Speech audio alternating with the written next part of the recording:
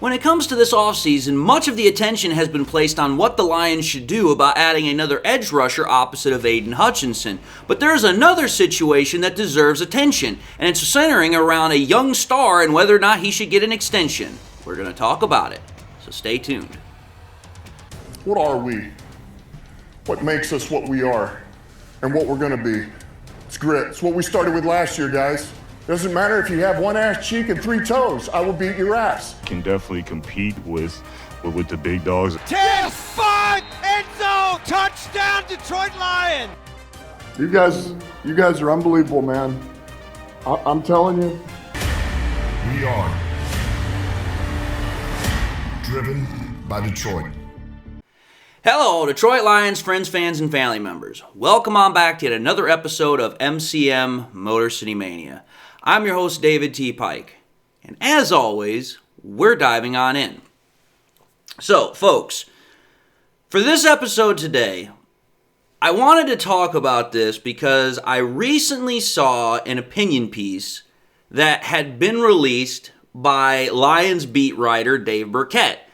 And realistically, what the whole opinion piece was is that Dave Burkett was thinking and, regarding about was whether or not the Lions should extend young rising star wide receiver Jameson Williams.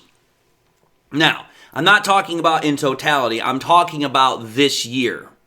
And pretty much what Burkett stated was that in his opinion, extending JMO, he believes, should be held off for at least another season because, in his opinion, he's only produced one good season so far because that was last year, which he had his first 1,000-yard season, and that being that he is a former first-round draft pick, he obviously have the fifth-year option anyway, so since you've already got him under contract and then you have that fifth-year option, you can use that without having to pay him just yet while maintaining staying on that rookie deal. And so that is obviously the basis of the argument that, what Burkett was making there. And I'm obviously paraphrasing quite a bit, but what I will say is this. While I don't think Burkett is wrong in his logic or reason, because it definitely has some merit, I do, however, think overall that his idea is misplaced and it's not correct. Now, I do have my reasons.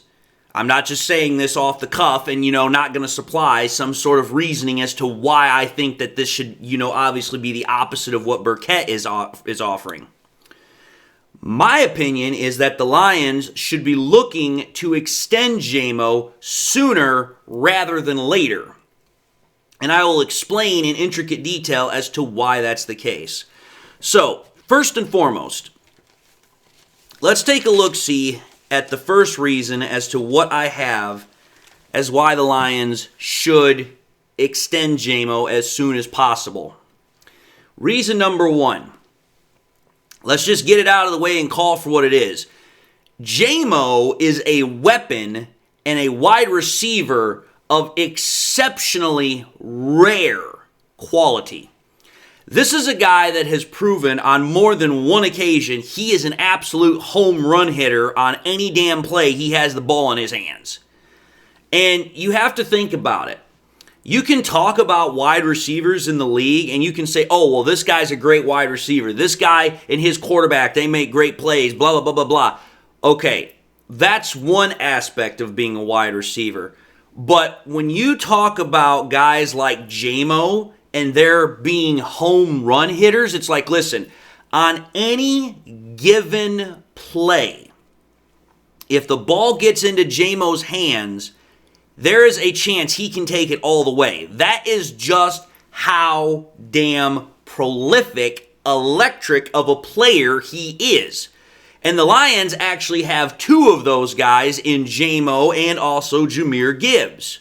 And guys like that are exceptionally hard to find. And when you get your hands on one, you do not want under any circumstances for them to slip away. And when you think about the fact of being that kind of home run hitter, the ability that J-Mo has, it threatens defenses and forces them to respect his presence merely with him being on the field. Because, think about it. Anytime J-Mo's on the field, you have to know where he's at. Because that's how damn explosive of a player he is. If you don't know where he's at, he is going to make you pay. And what that does is it forces the defense to have to, spend resources on him, and it thus opens options elsewhere in the offense, whether it's for Amon-Ra St. Brown, Tim Patrick, Sam Laporta, Gibbs, as I mentioned earlier, Monty, whatever the case might be. So players who possess this quality that I'm talking about, they are extremely valuable, especially when they themselves can produce in multiple ways. Because think about it. J-Mo's not just a guy who can catch passes. This is a guy who can catch. We have seen him prove that he can be an end-around threat as a runner. We know he can return punts. And on top of that, like I said, under any of those circumstances, he is a ticking time bomb of a weapon. Literally, all it takes is one touch and he can be off to the races. But the other thing that J-Mo does really well is that he provides solid blocking as well in the run game and in the screen game. There's a lot of things that J-Mo does really damn well for this team. And that's all on top of the fact of his just natural God-given talent as a player. So to me, it's like, okay, all those things considered, I would want to lock that down as soon as possible rather than risk something coming up to where all of a sudden, now the power dynamic at the negotiating table, it changes. Which then leads me into my second reason. The second reason why I think the Lions need to extend J-Mo sooner rather than later is, well, let's just call it what it is. The wide receiver market is not getting any cheaper. Because, first and foremost here, let's just go back to the previous offseason, shall we? It's no secret that due to the ever-expanding use of the passing game in the NFL and its usage in NFL offenses, that top wide receivers are absolutely needed if you want to have a high-octane offensive attack. And as such, wide receivers that can fit that profile, they are absolutely coveted and they are highly pursued, which means that their price tag also is very high. Now, when you think about that, it's not just wide receivers in general that are highly coveted. I'm also talking about guys that are also like multiverse, different types of weapons. Guys like Deebo Samuel, for example. Again, you want guys that when they have the ball in their hands, they have the capability to really make a difference. So guys like that, as I just, spent a couple of minutes explaining with J-Mo, they are highly prized players. And they're especially coveted by NFL teams. And when you think about that, because of that very situation that I'm talking about, they are also paid very handsomely for their services. Think about just last year alone. If you go back to the 2024 offseason, so just before the 2024 actual season begins, there were an immense amount of contracts that were handed out to wide receivers. And those wide receiver contracts reflect exactly what I'm talking about here. Just last offseason alone, there were 4 wide receiver contracts handed out that were more than $100 million. You had Justin Jefferson, who got over $140 million over 4 years. CeeDee Lamb, who got $136 million over 4 years. Our Amon-Ra St. Brown got $112 over 4 years. And DJ Moore got $110 over 4 years. And then there were 4 more contracts after that were just under $100 million.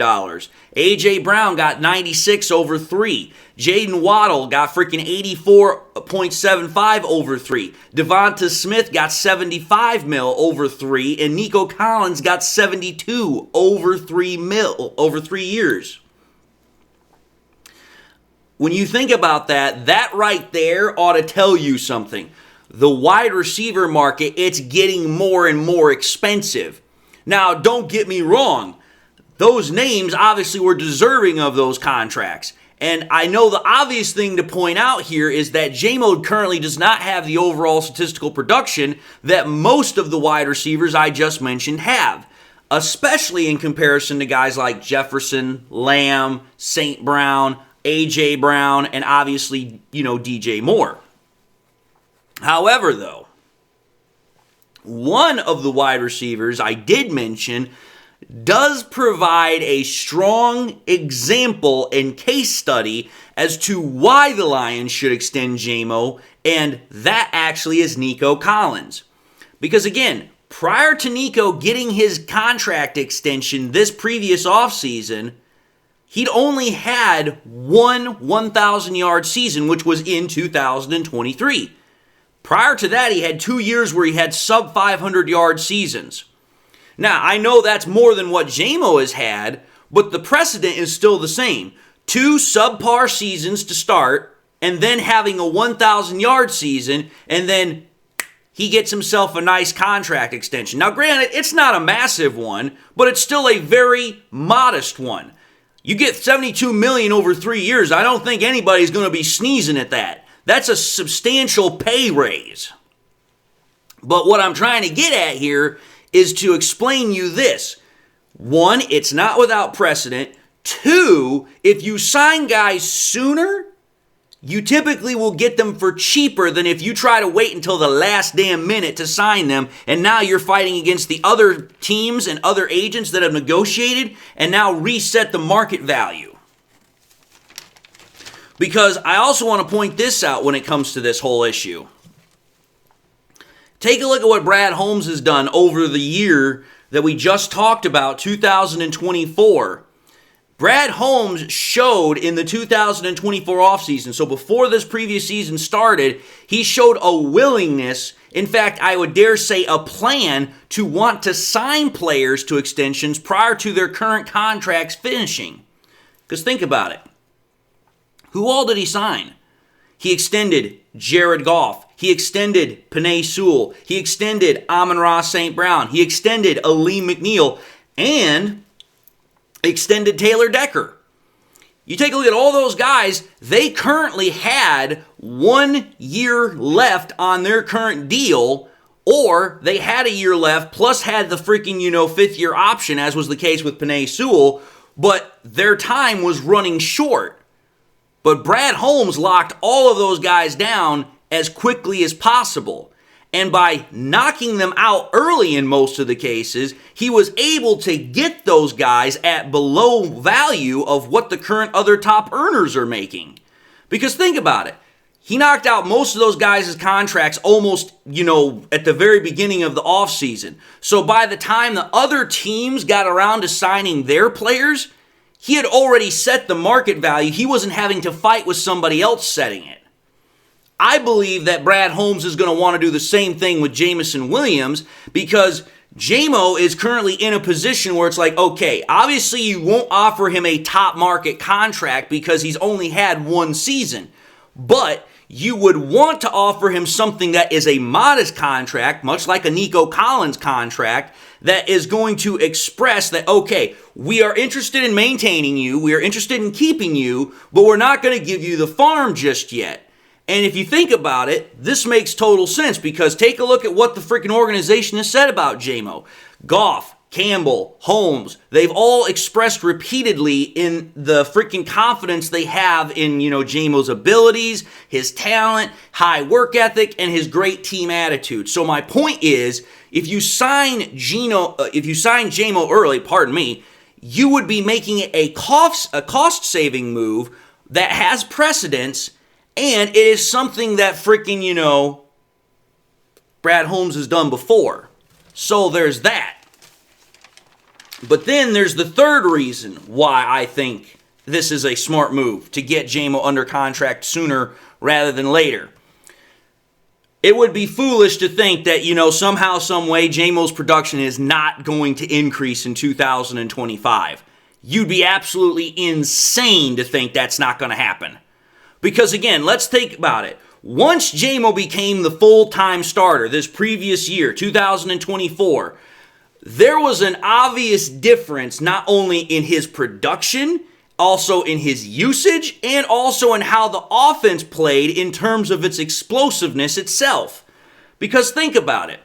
When you finally had J-Mo on the field for the majority of the time, and you paired him with Gibbs, Laporta, Amon-Ra St. Brown, Jared Goff, Monty, the whole 9 yards, J-Mo became, as I said, not only one of the best home run hitters of the season scoring.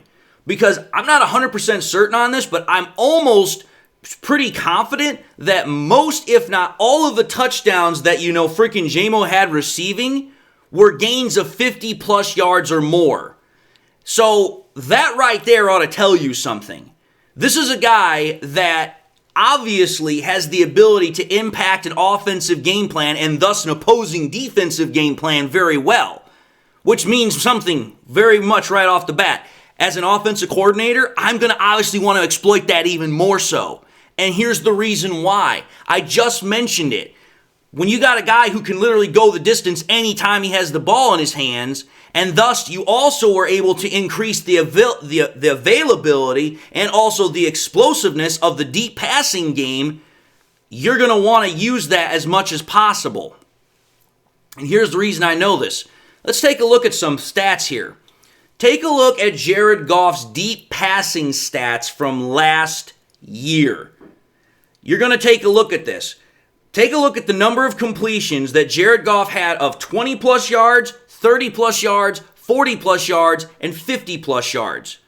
For 20 plus yards, he had 62 completions. That was second most in the league last year. For 30 plus yard completions, he had 20 of those, which was tied for 8th. For 40 yard completions, he had 11, which was tied for 5th. And for 50 plus, he had 8. That was number 1 in the NFL. That right there ought to tell you something. Because I know some people are going to say, well, David, that's not because Goff was throwing bombs all the time. No, I obviously know that. But the point of the matter is this. What that shows is that, one, Goff was willing to throw the ball deep more often by actually throwing bombs, because we definitely did see that last year. But it also means that whenever the ball got into his wide receivers' hands, they were able to make great plays by run after the catch. So that's number 1. Number 2, take a look at what Jared Goff's stats were when he threw to J-Mo last year. I'm going to put the stats up on the screen. Goff was 58 of 88, so he completed just a smidge under 66% of his passes. That was ranked 27th. He threw obviously 1,001 yards. That was ranked 21st. He had a 17.3 average per reception to J-Mo. That was number 1, by the way. J-Mo obviously had 7 touchdowns from Goff. That was tied for 14th. There were 3 interceptions that were a result of J-Mo obviously not doing whatever it was he was supposed to do. And then there was a 116.7 passer rating attributed to Jared Goff while throwing to J-Mo, which was 8th best in the NFL. Let me tell you something. I would say that those stats are a very compelling argument. You know J-Mo is a deep threat. You know J-Mo is a home run hitter. You know that Goff and J-Mo started to really build upon their chemistry this year, and it showed in the fact that, again, J-Mo had a 1,000-yard season, but also when you consider the fact that Goff was top 10 in every single deep passing statistic for 20, 30, 40, and 50-plus yard throws, and on top of that, his wide receiver had the number 1 yards per average per reception, and when throwing to that wide receiver, Goff was in the top 10 in terms of passing rating. That right there ought to tell you something. Goff is going to keep going back to that well, and John Morton and David Shaw, they are going to continue to exploit that well because they know they've got something there. They would be foolish not to.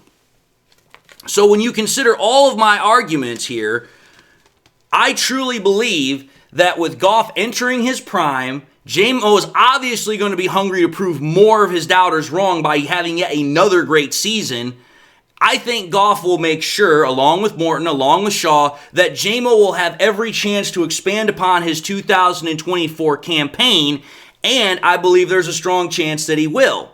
So to me, opposite of what Dave Burkett was saying, I believe that it would be wise, prudent, and financially smart to lock J-Mo down now before he gets more productive and thus more expensive.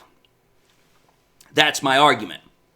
But having said that, I'm going to end my episode because I believe I've explained my case pretty thoroughly. So saying that, I'm going to say thank you all for watching in another episode of MCM Motor City Mania. If you like what you saw, by all means, I highly encourage y'all to watch the next episode. Also encourage y'all to do one of these three things: like, comment, and subscribe. If by chance you subscribed in the past and you forgot to do so at the time, I want to highly encourage y'all, please make sure you hit that bell notification icon so that way you guys never miss any more content that I push out. Also encourage y'all to share this content on your on any of these known locations, whether it's Facebook, YouTube, Twitter, so that way we can continue to share the content, share this channel, and help it grow, and, just make sure that you guys are helping me as much as possible. And with that, I hope you all enjoyed the content. Whether this is your first time watching me, you guys have been watching me forever and a day, I hope you all learned something. I hope you all enjoyed it. Also, hope everybody out there has something in their life that makes them happy, makes them smile.